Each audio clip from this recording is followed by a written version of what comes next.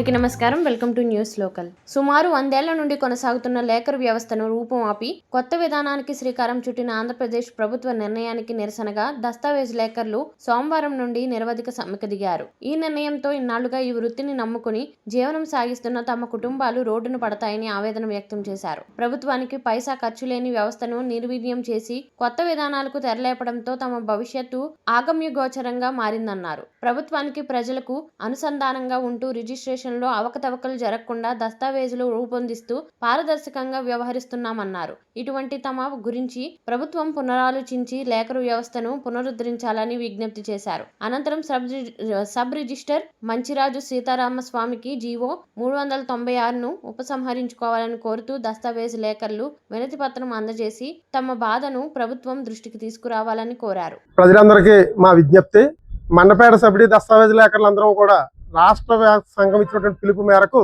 నిరవధిక సమ్మెలో ఉన్నాం. ఈ నిరవధిక సమ్మెను ఎందుకు చేయవలసి వచ్చింది అంటే, గత 100 సంవత్సరాలుగా దస్తావేజ్ లేకర్ల వ్యవస్థ ఉన్నది. ప్రజలకు ప్రభుత్వానికి అనుసంధానంగా ప్రజల ఆస్తుల రక్షణ కోసం ఖచ్చితమైన ప్రమాణాలు పాటిస్తూ దస్తావేజులు తయారు చేసి ప్రభుత్వం వారి ఆఫీసులో రిజిస్ట్రేషన్లు చేయించి ప్రజల యొక్క ఆస్తుల రక్షణ చేస్తూ ఉన్నటువంటి దస్తావేజ్ లేకర్ల వ్యవస్థ చాలా పురాతనమైనది. అయితే ప్రభుత్వం వారు రిజిస్ట్రేషన్ సేవా కేంద్రాలు అనే పేరుతో దస్తావేజ్ లేకర్ల యొక్క వ్యవస్థను తీసివేసి ప్రజలకు సహాయ సహకారాలు అందిస్తామనే పేరుతోటి మా బ్రతుకులతోటి చెలగాటం ఆడుతున్న వల్ల ఈ నిరవధిక సమ్మెను ఈ రోజు మేము ప్రారంభించవలసి వచ్చింది. ఇంతకు ముందు 15 రోజుల కిందట ప్రభుత్వం వారు పీపీపీ పద్ధతి కింద ఇచ్చినటువంటి జీవోకు వ్యతిరేకంగా 2 రోజులు చొప్పున మేము నిరవధికంగా కాకుండా 2 రోజులు 3 రోజులు అన్ని జిల్లాల్లోనూ కూడా నిరవధిక ప్రదర్శనలు చేయాల్సి జరిగింది. కానీ ప్రభుత్వం వారి నుంచి ఎటువంటి చలనము లేదు. ప్రభుత్వం వారు తమ దృష్టిలో ముందుకే పోతూ ఉన్నారు. కాబట్టి ప్రజలను ఇబ్బంది పెట్టే ఉద్దేశం కాదు, కానీ ప్రజలకు అర్థం కావడం కోసం ప్రభుత్వాన్ని కొంచెమైనా కదిలించడం కోసం రాష్ట్ర నాయకత్వం నిరవధికమైన సమ్మెకు పిలిపించింది.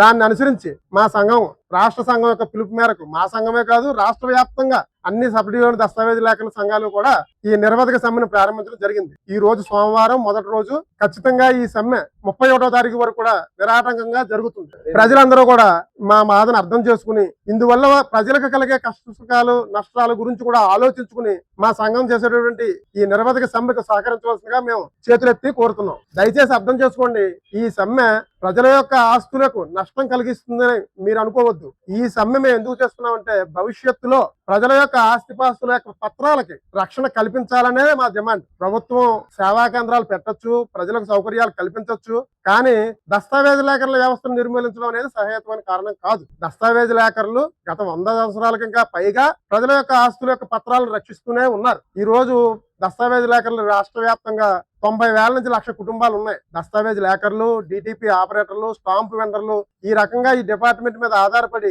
ప్రభుత్వం ఇచ్చే జీతపత్యాలకు ఏమీ ఆశించకుండానే స్వతంత్రంగా పనిచేసుకుంటూ ప్రజల సహకారం చేస్తూ ప్రజల దగ్గర ఎంతో కొంత సొమ్ము తీసుకుని ఈ వృత్తిని కొనసాగిస్తూ ఉన్నాం. దీనివల్ల ప్రభుత్వానికి వచ్చే నష్టం ఏమీ లేదు. ఈ వ్యవస్థను కొనసాగించడం వల్ల ప్రభుత్వానికి అయ్యే ఖర్చు కూడా ఏమీ లేదు. మాకు ఆశ్చర్యం కలిగించే విషయం ఏంటంటే, ప్రభుత్వానికి ఖర్చు కలిగించే వ్యవహారాలు ఏమన్నా ఉంటే వాటిని తీసి ప్రజలకు సహాయ కేంద్రాలు పెట్టచ్చు, కానీ ప్రభుత్వానికి ఏ ఖర్చు లేని వ్యవహారంలో కూడా మా జీవితాలతోటి మాకేమీ ఉపాధి లేకుండా చేస్తూ ఈ కార్యక్రమం పెట్టడం అనేది చాలా అమానుషం అని, దీన్ని మేము వ్యతిరేకిస్తున్నామని తెలియపరచడానికే ఈ నిరోధకమైన సమ్మెను ప్రారంభించాం. దీనికి ప్రజలందరూ అర్థం చేసుకుని మాకు సహకరించి ఈ సమ్మెను జయప్రదం చేయవలసిందిగా విజ్ఞప్తి చేస్తున్నాం.